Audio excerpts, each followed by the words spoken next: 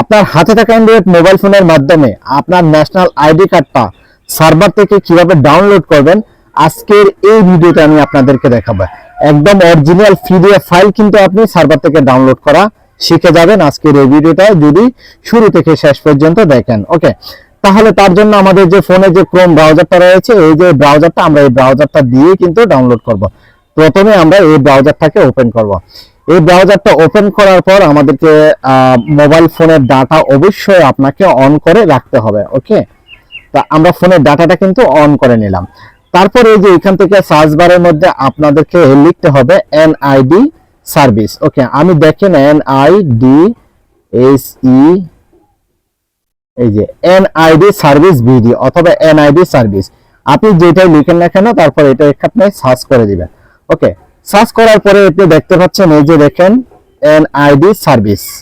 ঠিক আছে, NID service অপশনের মধ্যে আপনি ক্লিক করে দিবেন। ওকে, ক্লিক করার পর এখানে আপনার একটু অপেক্ষা করেন, লোডিং নেবে। যদি নেটওয়ার্কের প্রবলেম না থাকে আপনার একটু সময় নিতে পারে। তারপর আমাদের যেহেতু এখানে কোনো অ্যাকাউন্ট নেই, তাহলে আমরা এখানে দেখতে পাচ্ছেন এই যে রেজিস্ট্রেশন করুন, এই অপশনের মধ্যে আমরা ক্লিক করব। ঠিক আছে, আমরা রেজিস্ট্রেশন করুন এই অপশনের মধ্যে আমরা ক্লিক করে দিব।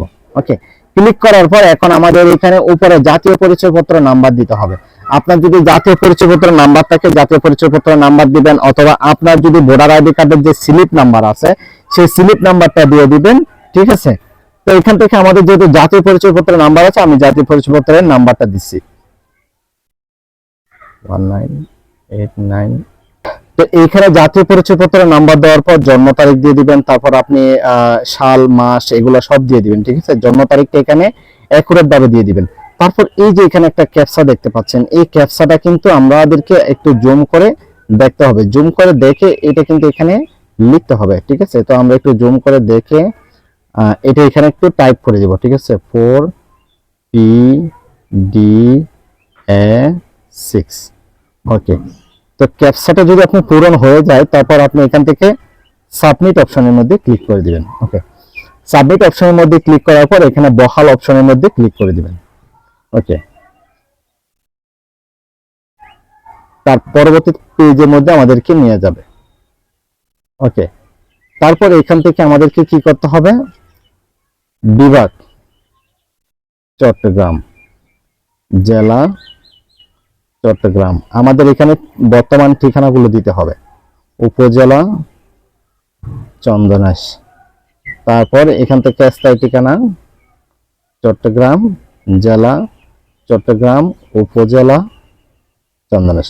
এখান থেকে আপনার স্থায়ী ঠিকানাগুলো আপনি এখান থেকে ফিল আপ করে নেবেন। ফিল আপ করে নেওয়ার পর আপনি পরবর্তীতে চলে যাবেন। ওকে, পরবর্তীতে যাওয়ার পরে এখান থেকে দেখতে পাচ্ছেন আপনার মোবাইল নাম্বার রয়েছে, সেই মোবাইল নাম্বার একটা ওটিপি যাবে। তো ওটিপিটা পাঠানোর আগে আপনাকে যেটা করতে হবে, আপনি এখানে গুগল প্লে স্টোরে চলে আসবেন। গুগল প্লে স্টোরে এসে আপনাকে এখানে লিখতে হবে এনআইডি ওয়ালেট। ওকে, এনআইডি ওয়ালেট। এনআইডি ওয়ালেট নামে একটা সফটওয়্যার আছে, এই সফটওয়্যারটা আপনাকে অবশ্যই ইনস্টল করে নিতে হবে। ঠিক আছে, অন্যথায় কিন্তু আপনি এখান থেকে এনআইডি সার্ভারে প্রবেশ করতে পারবেন না। অবশ্যই আপনি সর্বপ্রথম এনআইডি ওয়ালেটটা আগে ইনস্টল করে নেবেন। ঠিক আছে, এনআইডি কার্ডের ওয়ালেটটা যখন ইনস্টল করা হয়ে যাবে তখন এখানে দেখতে পাচ্ছেন ওটিপি পাঠান, আমরা এইখানে ওটিপি পাঠাবো। যদি আপনার এই নাম্বারটা যদি না থাকে তাহলে এখানে যোগাযোগের তথ্যটা পরিবর্তন করে নেবেন। ঠিক আছে, তা আমাদের নাম্বার ঠিক আছে, আমরা এখানে ওটিপি পাঠাবো। আচ্ছা, ওটিপি পাঠানোর পরে আমাদের একটা মোবাইলে একটা কোড যাবে, সেই কোডটা আমাদেরকে 6 সংখ্যার কোডটা আমাদেরকে এখানে দিতে হবে। ওকে,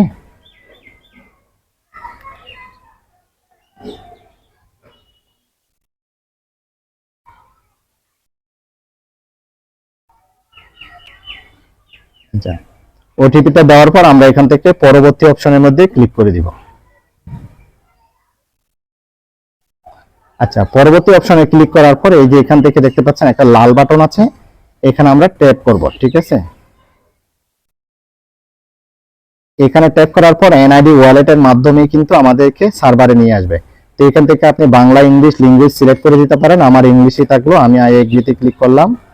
তারপর এখান থেকে দেখতে পাচ্ছেন শেয়ার স্ক্রিন, আমরা এখানে স্টার্ট বাটনে ক্লিক করব, টিক মার্ক অপশনে ক্লিক করে তারপর টার্ন অন অপশনে ক্লিক করে দিব, তারপর অ্যালাউ দিয়ে দিব আমরা।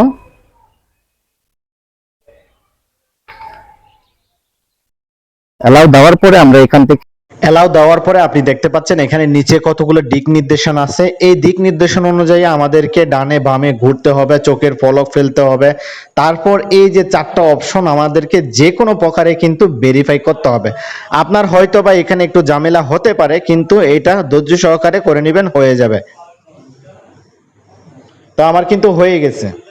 তারপরে এখান থেকে কি করতে হবে, আপনি এড়িয়ে যান, এখানে আপনি এড়িয়ে যান অপশনের মধ্যে ক্লিক করে দিবেন। ওকে,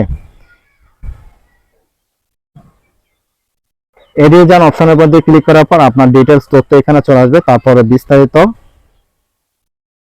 বিস্তারিত যাওয়ার দরকার নেই, নিচের দিকে স্ক্রল ডাউন করে গেলে এখানে দেখতে পাচ্ছেন ডাউনলোড পরিচয় পত্র, এখানে আপনি ক্লিক করে দিবেন। এখানে ক্লিক করার পর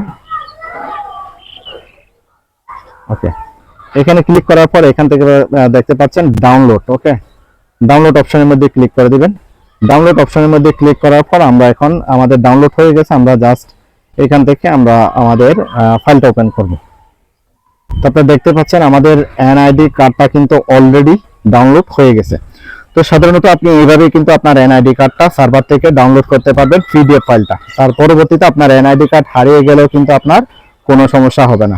আজকের এই ভিডিওটি পর্যন্ত, সবাই ভালো থাকবেন, সুস্থ থাকবেন, দেখা হবে পরবর্তী কোনো ভিডিওতে।